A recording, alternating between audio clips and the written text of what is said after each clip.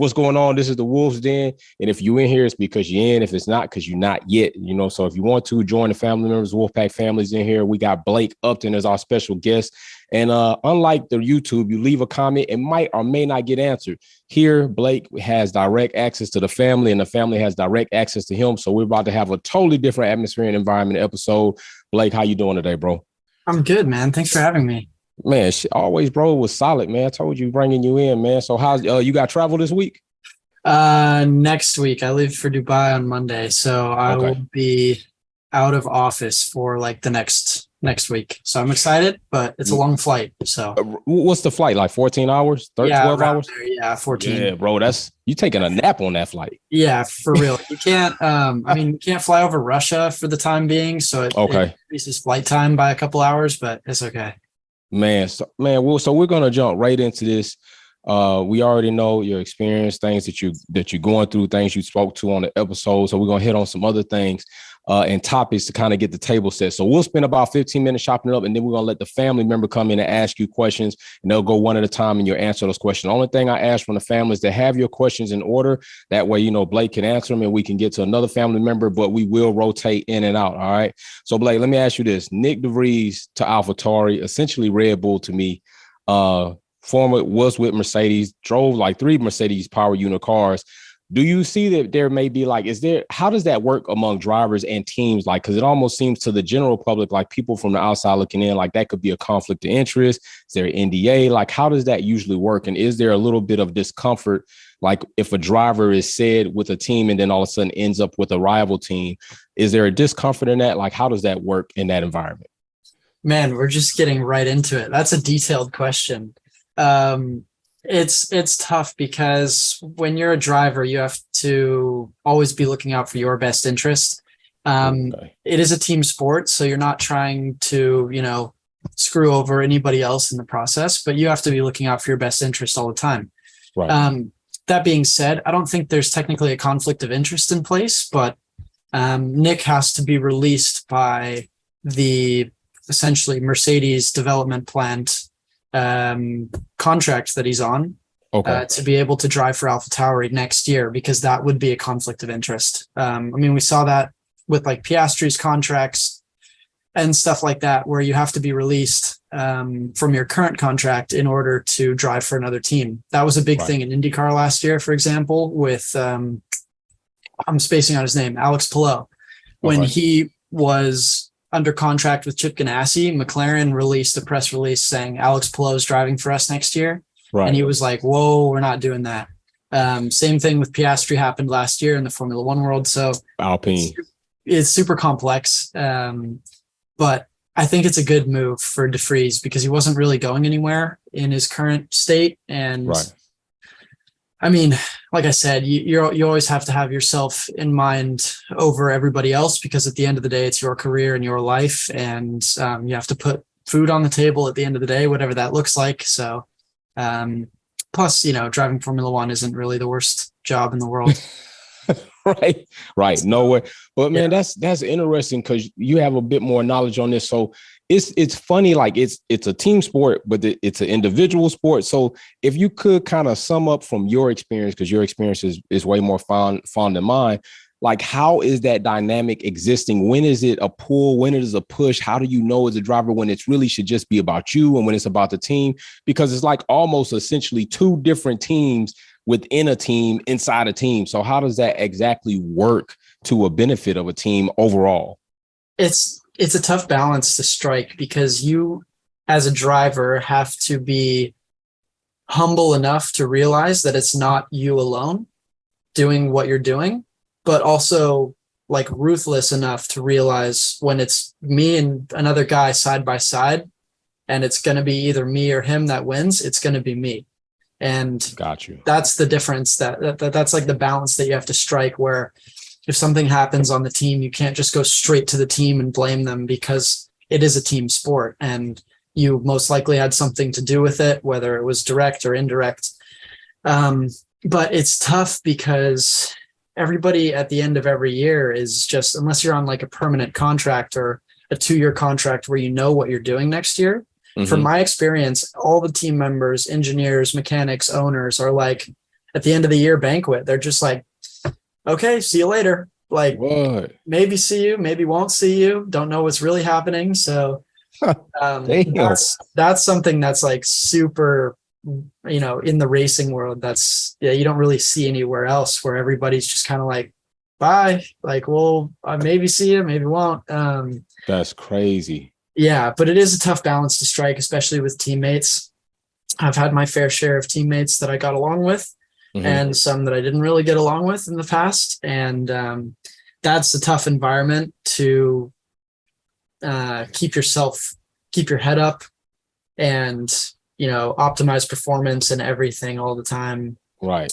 When you don't have really the best working relationship with somebody you should have a good working relationship with. So there's a lot of nuances and everything that comes with it, but for the most part, it's fairly straightforward. You just have to have a good head on your shoulders and realize that it's not just you. Okay. All right. So let's get to this. Danny Rick says maybe 2024, given whatever may arise. How does that impact the driver right now? Because I feel like we're in a very monumental situation where teams are about to go into the offseason. All this data they collected, new cars, upgrading these cars, learning from what they did or didn't do right this season.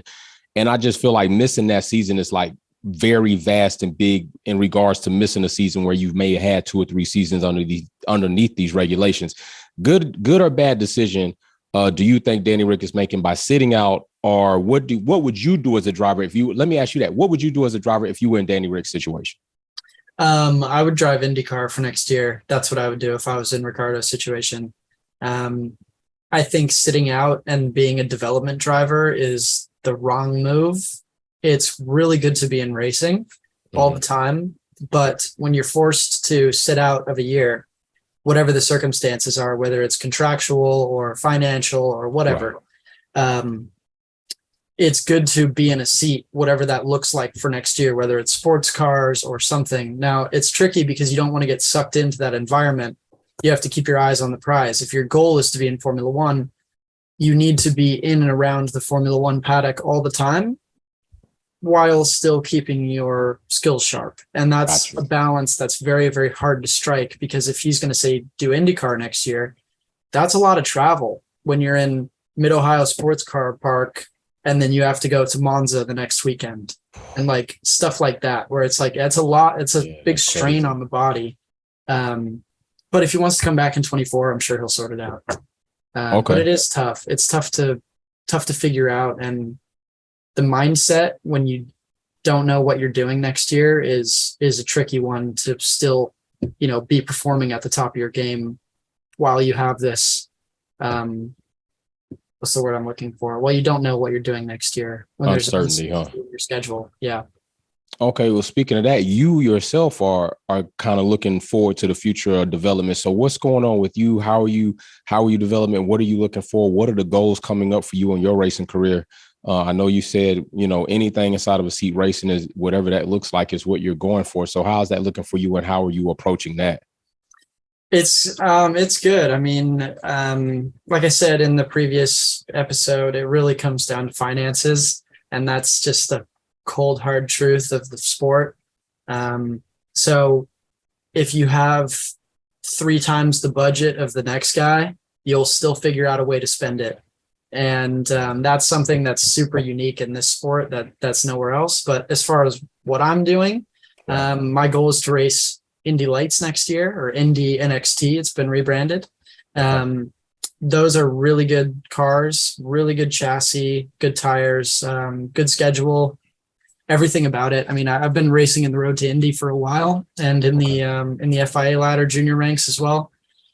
So yeah, I think that's the next logical step. Now, whether I can do it or not is the tough part. Skill wise, I think I'm okay. But it all comes down to finances at the end of the day. And that's something that I've been working on for like the last year, and something that I'm going to continue to push super hard on through this winter, and try and get something, at least a couple races locked in the books next year, and then try and build on that as we go forward. Man, I do applaud you on being very transparent and honest about even your own career and going forward. So I applaud you on that, and I'm wishing the best for you because I'm hoping to see you. And then if you are, of course, I'm rooting for you, definitely the most for you on that. So I want to put a little bit more pressure on you, and you might get some flack depending on what you say. Your top 3 tracks all-time Formula One. Ooh, all-time Formula One. I say Monaco before 2000, before 2005. Okay. Because since the cars are just too big. Good point. I'll say Indianapolis road course because it's iconic. That was the USGP for many years. I think I've raced there. It's an amazing track, and watching Formula One cars there must have been unreal. This isn't in order. I'd say there's equal importance on all 3 of these tracks. I'm not saying like one's better than 2. Okay, fair. Just to make that clear. What's going to make it into that third slot? What's going to make it into this bowl of 3? Let's say it like that. What's going to make it into the bowl of 3? As far as racing goes, I think Formula One. I think Silverstone's good. There's a lot of passing opportunities there, and they've been racing there since forever, since 1950. Yeah, I'd say those 3. Those are pretty good ones: Monaco, Indy, and Silverstone.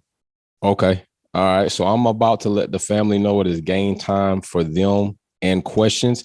And before I do that, I have to follow back on something that you said and just get you to elaborate a little bit more, because you did say something that makes sense. And I want to know why and what you think about this. You said Monaco pre-2005, definitely because the size of the car, narrowness of the track in regards to newer tracks or more dated tracks.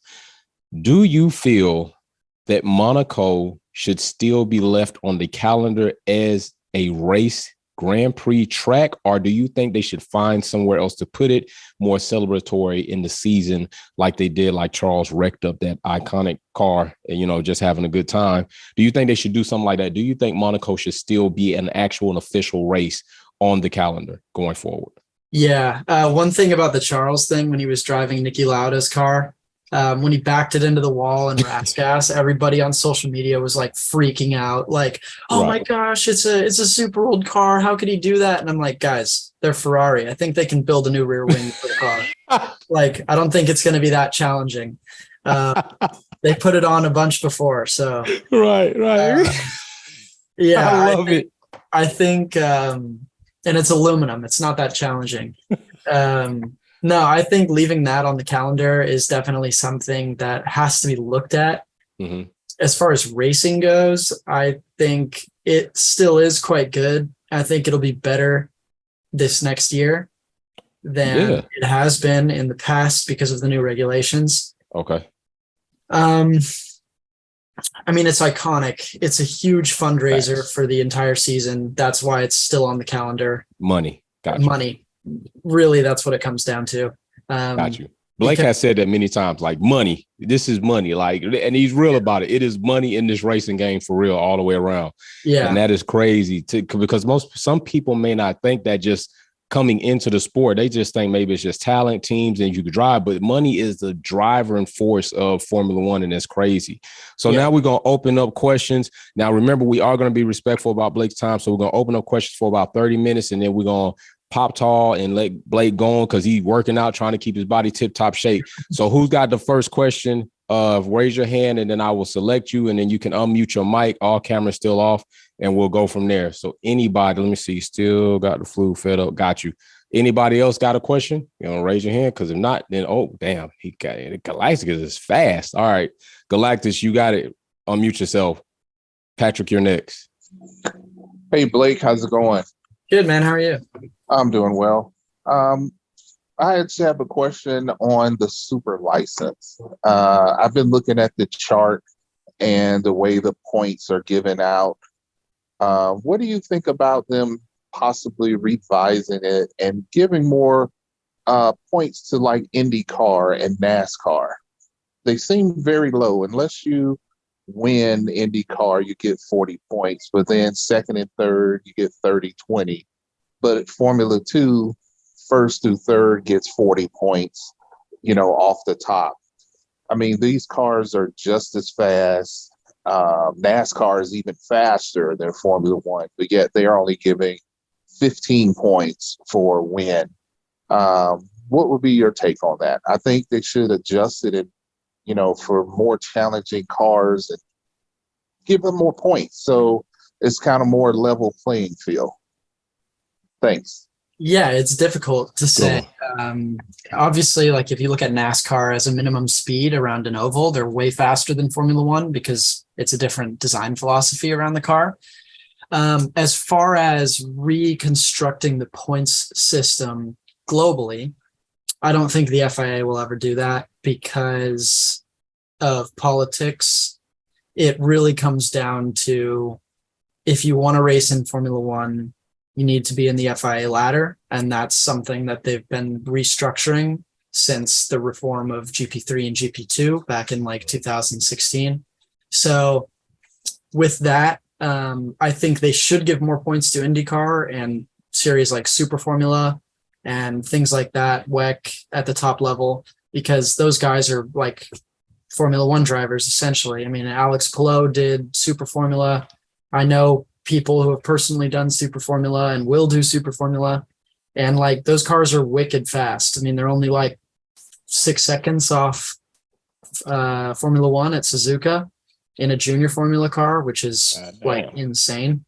Yeah. So, yeah, I think that would be really good if they restructured it, but I don't think it'll ever happen just strictly for political reasons. Yeah, the FIA is really strict about that stuff, and I don't really see their mind changing anytime soon, unfortunately. And I've actually, just by saying that, I've been docked FIA super license points that I've had in the past. Right. Yeah, it really comes down to like things like that, where it's political reasons beyond really what you think should be important, but it is to them. So I think they should do it, but I don't think it'll happen, unfortunately. Well, there we go. Good question, Galacticus. Patrick, you are next. I'm going to lower your hand, unmute yourself. Yep. How you doing, Blake? I'm good, man. How are you? Not too bad. And I want to say a big congratulations on your career, and looking forward to see you racing in future, because I think you got skills, man. I think you do have skills. Thank you. I appreciate that. My question to you, right? What you just said about Danny Ricciardo. Yeah. Do you actually feel he should be taking up the race reserve driving with Mercedes? And do you think you should help him with his involvement more of getting himself ready for the 2024? Yeah, I think whatever team he ends up doing development for is going to be good for his career in general. I mean, we've seen him with Red Bull for like 10 years, ever since he was in GP3. Yeah. And since then, he's made his rounds with other teams, both Renault and now McLaren. And it's good to see him kind of diversifying his skill portfolio. But as far as like being a development driver, I think he should do development for another team, because I mean, Zach Brown has publicly said like his performance isn't really what we've been looking for. And he's been, performing at a subpar level, unfortunately, because it's so tricky to come into a team where the car is built around another driver and be expected to perform at the same level. Okay. But I think if he did development for another team and really went in and understood how Mercedes AMG F1 operates, I think that would be a really good thing for him and as a whole. But as far as like his development skills and everything go, I think that would be a really, really good move for him to kind of poke around and see what's there. And even doing development for multiple teams, like if he wanted to jump on the Ferrari power plant development system and work for Haas and Ferrari at the same time, I think that would be good for him. I was going to say that as well, what you just said of Haas, along with Ferrari, but something was said about Haas that he should absolutely, give that a try to help them also develop more in the race pace and give them more quality in getting to what contract, development more into their cars, because somewhere along the line they feel that he's not qualified, but he has got the skills and he's capable of working with teams.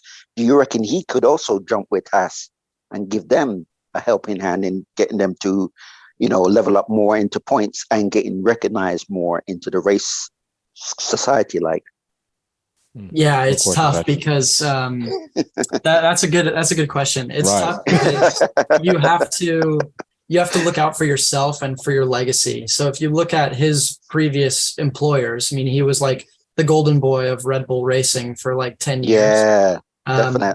And he doesn't want to take this path that's being laid out for him, where if he gets offered a contract at Haas, he's not going to take it because it just shows a steady decline in his resume from the time he left Red Bull. And that's something that you don't want on your resume, to be honest. To say like, I took the first seat that was available no matter what, that's going to show that. I mean, that's a real show of character. Not that I'm saying his character is lacking in any way. Perspective, but in terms of like perspective, right? Yeah, exactly. How other people see it, they'll see it like that. Like, he took the first opportunity that presented itself because he was out of a seat and he's with, arguably the worst performing team on the grid, and stuff like that. And I think it would tarnish his legacy more than it would benefit his skill tree, I'll say the least. That's when he also did it with our Toro Rosso. He was with them before and then got into Red Bull. And along with the other two teams that you mentioned of the Renault and McLaren, that's what developed him more. But it's the Toro Rosso that got him to get that seat in Red Bull, didn't it? Yeah. All right, Patrick, hold on. Patrick, you got some good ones, bro. Hold on. Don't keep those. We're going to let Mary because Patrick got some damn bangers, bro. So yeah, that's good. Those are good questions. Yeah, that's a good ass question. Hold that one in the holster, Patrick. We're going to come back to you. Just put your hand back up, though. Yeah, I got you. All right, yeah, Patrick be coming with some bangers, bro. Mary Beanie, you got it. Unmute yourself. Hi, Blake. I hope you can hear me okay because I've got the flu, so I wanted to be here.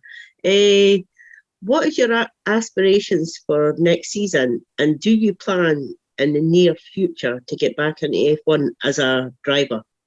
My aspirations for next season, I actually have my sights set on IndyCar.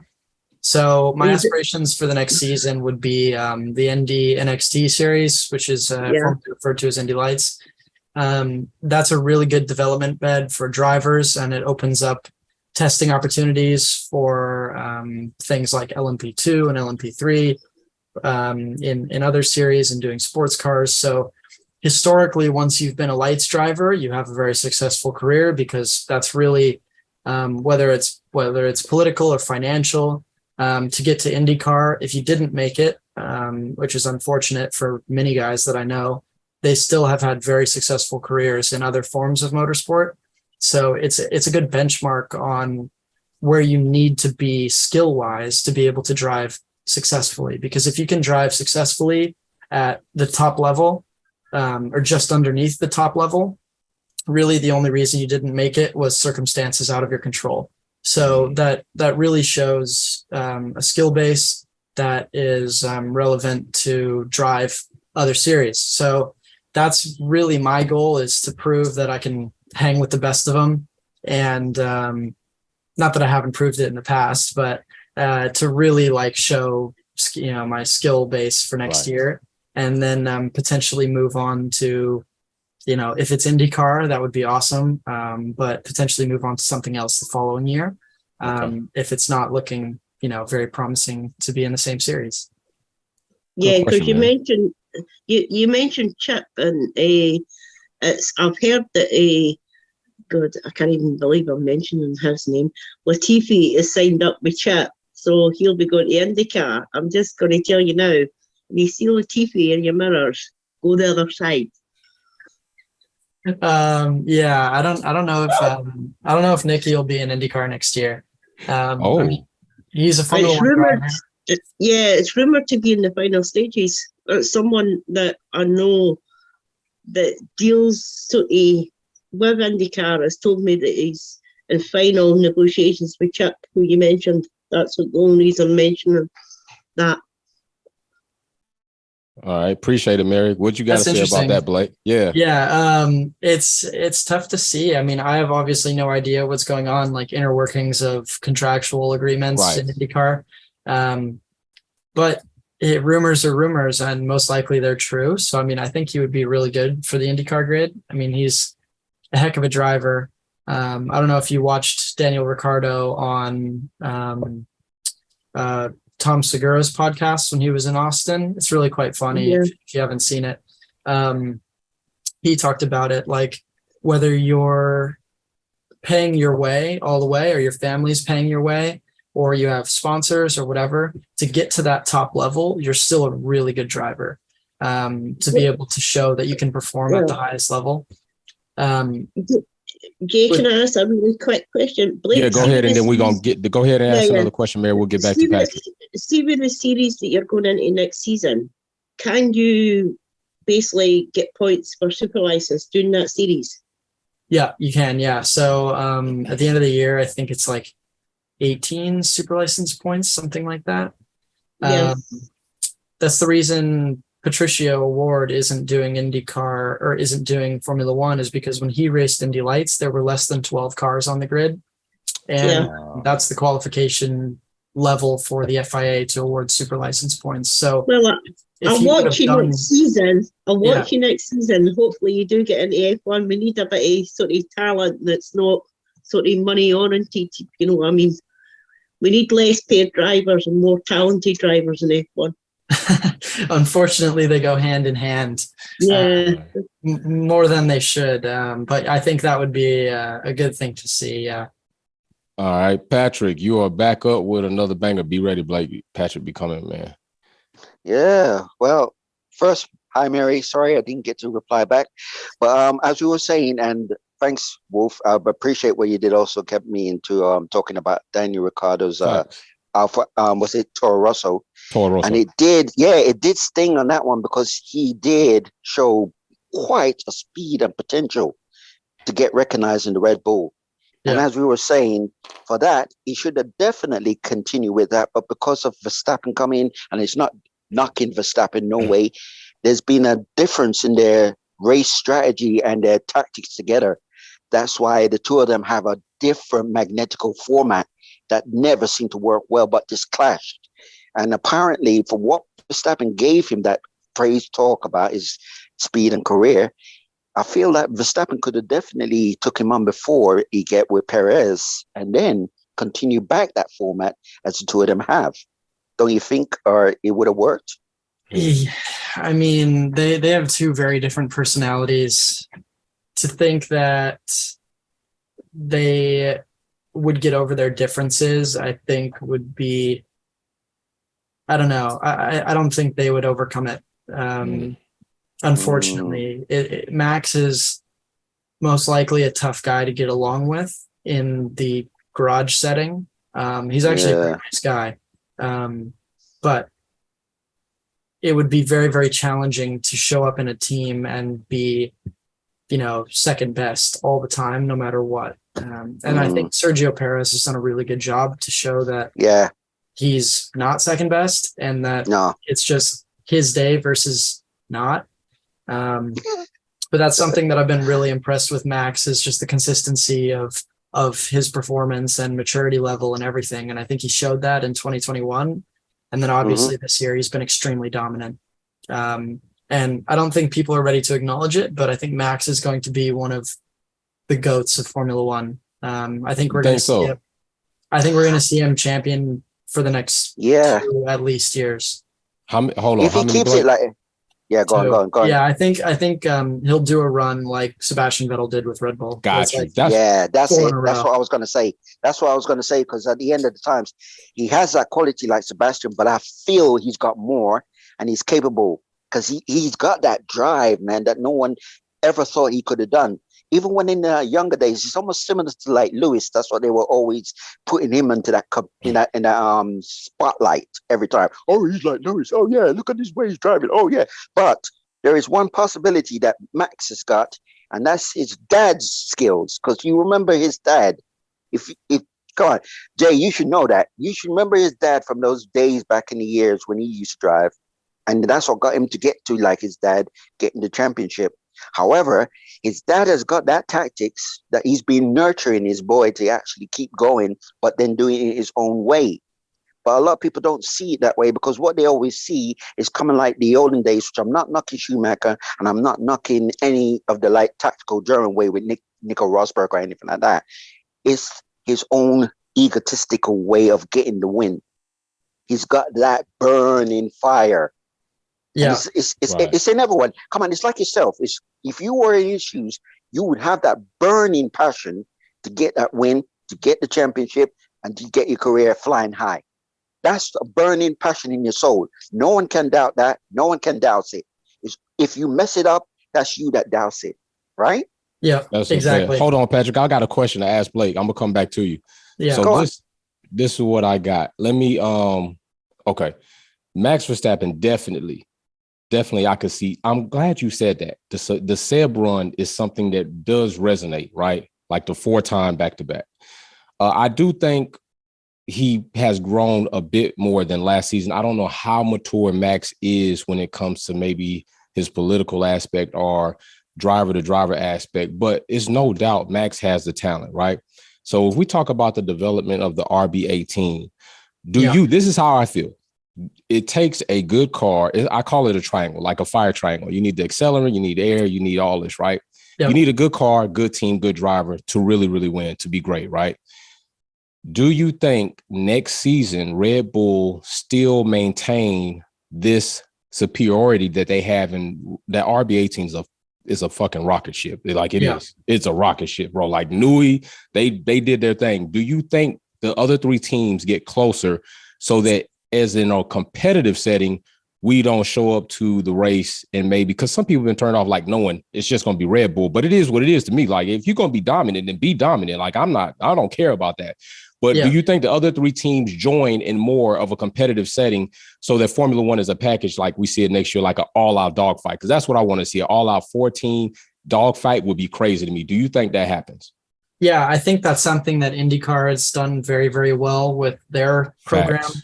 Is, making it a spec series. And it's always kind of been in a spec series from like 1970 onward. I think that's something that's really, really good where you have the top teams, obviously Andretti, Penske, Chip Ganassi, all these teams. There's really 4 of them, Rahal, Letterman, Lanigan, that rounds out the 4. And really any of their drivers, so like, what is that, 12 guys can win any day. Doesn't really matter. It's just who has a better car that day. So that's something that I think I would love to see in Formula One, where you have no idea who's going to be on for the win for the weekend. And that's really, you don't really see it until like qualifying's over. And that's something that you see in IndyCar where drivers are always being mixed up and then qualifying comes. And even during the race, you have no idea what's going to happen. But it really comes down to like who has a better car that day, and that would be amazing to see in F1. Right. Yeah. So let me ask you, what you saying this, do you agree with DRS? Or do you because I think I agree with DRS. I think it could be implemented in a different way that would be more beneficial and more competitive. What's your thoughts? How would you implement it? I think DRS should be implemented, like use it. You got a certain amount, you use it when you want. Yeah, like I think that's how it should be. That's what I think. I think it would be super cool, like push to pass. Boom, there you go. Where if you could, like in IndyCar, they have push to pass, and in Indy Lights. So I think if you could use that and say if you wanted to use it, it would just be at your discretion. Use it however long you want. If you crash, it's on you.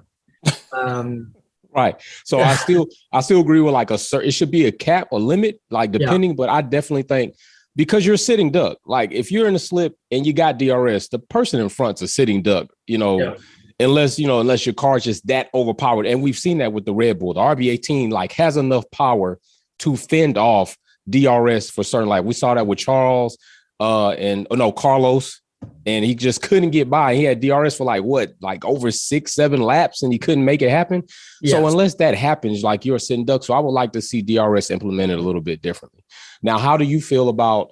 Matter of fact, Wildcat's got a question. I got a question for you as far as the pit stops. I'm gonna ask you a question on that. Wildcat, go ahead. Yeah. I'm gonna lower your hand. Unmute yourself. All right. So something that was kind of I Wolf, you might have remembered a couple weeks ago, I actually brought it up during a live in the chat feed. So with Audi confirmed coming in, and you got Sebastian retiring, and also you got Mick Schumacher, in a sense, in a kind of in a Ricciardo situation. How do you feel that kind of would work with, you got a German manufacturer coming in, they're looking for a German driver, but the only two German drivers on the grid are not going to be in seats in the next following season, with Sebastian retiring, and I put that in quotes because he, to a point, has kind of said maybe he might, want to come back and do kind of like a, a Schumacher thing. He took a break off, then he got that drive. He came back again with Mercedes. And with Sebastian also having been a big mentor to Mick Schumacher at one point in time, how would you feel like if that actually did work out and Sebastian came back, and then now you got mentor and student under one banner at Audi? Yeah. Good question. I don't think it would be a national push to have a German driver in the German team, because there's not German drivers in Mercedes. And if you look at things like that, I mean, I don't think it really matters. It comes down to what money you can bring as a driver. So the reason Mick Schumacher is at Haas is because he can bring German money to the team. I mean, he brought 1&1. He brought a bunch of brands. I'm not entirely sure the other brands he brought, but obviously there's the big one. So it really comes down to what money you can bring to the team, and they'll look at that relative to driver skill and where they need to take their program and cross-reference those and hopefully land on somebody good. But Audi's coming into the sport in 2026. That's enough time to push a driver from Formula 4 all the way to Formula 1 and really have them curated exactly for your program that they want. So if you look at it, like if you really put your tinfoil hat on, get your conspiracy theories going, theoretically they could push somebody of their choosing from Formula 1600s all the way up into a Formula 1 seat in 4 years. So yeah, I think whoever is going to drive for Audi, I don't think they're going to see them on the grid now. That's my answer. Boom. Okay. So what you saying that, and so whoever wants the last two questions, make sure you put your hand up, because I'm going to ask Blake this question. Then we're going to have the last two. We're going to let Blake go be great. All right. So with that, what drivers do you think likely will make it onto the grid? Drugovich, you got Sargent, and then we still are looking at, there's another driver not quite having enough points there. There was one other driver I wanted to mention, but what new driver do you think appears on the grid by next season that probably is not even in Formula 1 right now, if you had to speculate? Yeah, I think Felipe is really good. Felipe Drugovich is very, very good. He showed his strength this year in F2, or this last year in F2, and man, he dominated. I really don't know. I think Drugovich is your best option for a seat for next year. Okay. Like I said before, though, it really comes down to... That was the other one. It was going to be Cole Herta. Oh, Herta. Yeah. Right. Like I said, it really comes down to who you can bring for money. And Blake is for real about this financial cap. Blake's not playing no games. I don't care about your name. I care about the pocket. That's pretty much what it is, man. Like, I know I'm touching on it a lot, but it's real. It's the first and only really important thing about racing is how much money you have. And the more money you got, the faster you go. It's a fact. They're directly connected. And if you can bring more as a driver, if you can bring essentially an entire country of sponsorship, whether it's Sweden or Germany or Switzerland or whatever, then you're going to have a greater impact on the team and the team's performance. And the on-track performance is going to be negligible compared to another driver. So that's something that you have to weigh as a team owner, and I'm obviously not a team owner. So this is just something that I've experienced in the sport over the years. Right. And I think Felipe's got a good shot at it. And Herta, I mean, they're They're going to field their own team when the new regulations come in. So, or at least that's being speculated. They're building a Formula One facility in Fishers, Indiana. Ooh. I don't know if you've seen it, but it's Formula One facility. If you look it up, if you just look up the new Andretti shop, it's right next to an airport. It's got a heck of a lot of room for research and development. They'll run all their programs out of there. It's got a lake for CNC machine cooling, just like the MTC has. It's got, man. Oh, they setting up shop. It's ready. So they'll be there. All right. So it looks like Patrick and Mary Beanie would be our final two. We're going to go ahead and let ladies go first. Mary Beanie, you will go first. Remember, be precise with your question, and then we'll get to Patrick, also the same, and then we'll let Blake go be great. I like that. We're going to have Blake be great. I'm going to make that a campaign. I like slogan. that. That's good. I like it. Yeah. All right, Mary Beanie, you got it. I'm going to lower your hand. Oh, Jay, you and your catchphrases. Blake, do you think it's a good idea? I mean, Mario was excellent in the McLaren car. I couldn't believe it, man. Do you think I think it's a good idea. I would love to see it, but do you think it's a good idea if Mario bought AlphaTauri? Yeah. They're going to have to start with a base team, just like every team has started with in the past. I mean, Red Bull bought Jaguar, I think. This was like before my time, but I think they bought Jaguar. And they were previously owned by another team and so on. So things kind of get moved around and rebranded all the time. And they're going to have to start with a baseline.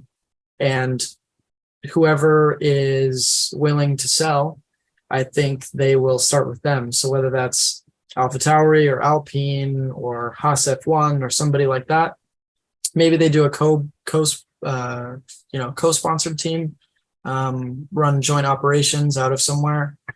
I mean, it's all to play, and around 20 cars on the grid. I don't think there's going to be more than 20 cars on the grid. People are going to have to get creative for how they structure things in the future if everybody wants to play. So that's something that they're going to have to definitely look at. Andretti is to purchase a new team rather than just start their own, because they're going to be way far off on the development bed if they just start up from a blank slate. Got you. Damn, that's true. That's a good point. Patrick, you are the last. You're going to backdoor it, man. Go ahead. Unmute yourself. I'm going to lower your hand. Got it. And just what Blake said about 24 drivers, or 24 cars, 12 teams. That's exactly what I was going to go and say to you, Blake. Do you feel that we should have back the 12 teams to absolutely give us more entertainment, plus also various seats available, so there'll be no drivers sitting on a tree waiting to be falling off or anything like that? We need to have that sports entertainment. And do you absolutely feel, as I said, a 12 team back to make a great sport entertainment again? And that's my final question. Yeah, it's a good question. Good question. And I also second that 12 team. I think it's a sweet spot. I think it should be open. I think that if you want to run 4 cars as a team, I think you should be allowed to. Shit, Blake. Because I mean, you look at IndyCar and there's 30 cars on the grid, and there's things happening everywhere all the time, and it's a really good entertainment. It helps everybody, because if you don't, if you say you're CEO of Smartsheet, for example, I'm using them as an example because they're just down the street. Shout out to Smartsheet. Big shout out. They're just down the street from me, and they sponsor McLaren. You're right. So if you're the CEO of Smartsheet and you say, okay, I want to do a deal in racing, but you can't afford to do a deal with Red Bull, then you say, okay, what are my other options? Because I really want to be in this sport, and we want to have the business benefits of being in this sport, as well as like marketing benefits and sales benefits and everything. So you can explore other alternatives. And if it's open, then that opens up a lot of opportunities for a lot of people to become involved in the sport and reap the benefits and fall in love with it, just like everybody else has around the sport. Right. And it's something that you're not, I'll say, you're really born with it. You either love it or you don't, and there's no in between, and people that are in it are addicted. I'm addicted to it. All of you are probably addicted to it, but people that are in and around the cars are addicted to it. That's the only thing they're ever going to want to do. And it's the only thing they probably will ever do. And it's just year after year, it's whatever comes, obviously you're looking for the best job opportunity, but whatever comes, you're going to take it because you can't leave it. And that's something that I think is not experienced really anywhere else in the world, where you have these massive groups of people that are not going to leave your field of work ever. By choice, I'll say. Yeah, that one, it's the difference between leaving and getting fired. Yeah, really. Yeah. Oh, Blake, man, I really appreciate your time. The family appreciate your time. We definitely are wishing the best for you. Positive vibes. Blake and I are going to stay in contact. Definitely. I'm trying to get him in on one of these e-races one day. Blake, he races on another level, so see about that. But man, I'm wishing you the best. Let's stay in contact. Definitely. We'll have you back. Let's try to get back with you on an episode Performance Talk. You and I chop it up after Abu Dhabi, see what you think about that, and going forward more honed in on more your knowledge and just kind of giving everybody that opportunity to understand things from a different perspective. So I appreciate you joining us, bro. For sure. I appreciate the time. Definitely, bro. So you be easy. Blake, go be great.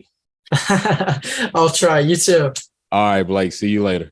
That will be it. That is Wolves Den. If you're not in, it's because you're not in. If you want to be in, join the family, hit the join button, and you could be great like all the rest of us and contribute in a whole different way. We do great things here. Wolves Den is out. Peace. Thanks for watching another episode of Wolfpack Performance. Don't forget to check out some of my other content on Formula One and motorsports topics. Like, share, subscribe, and we go live on the weekends. See you soon.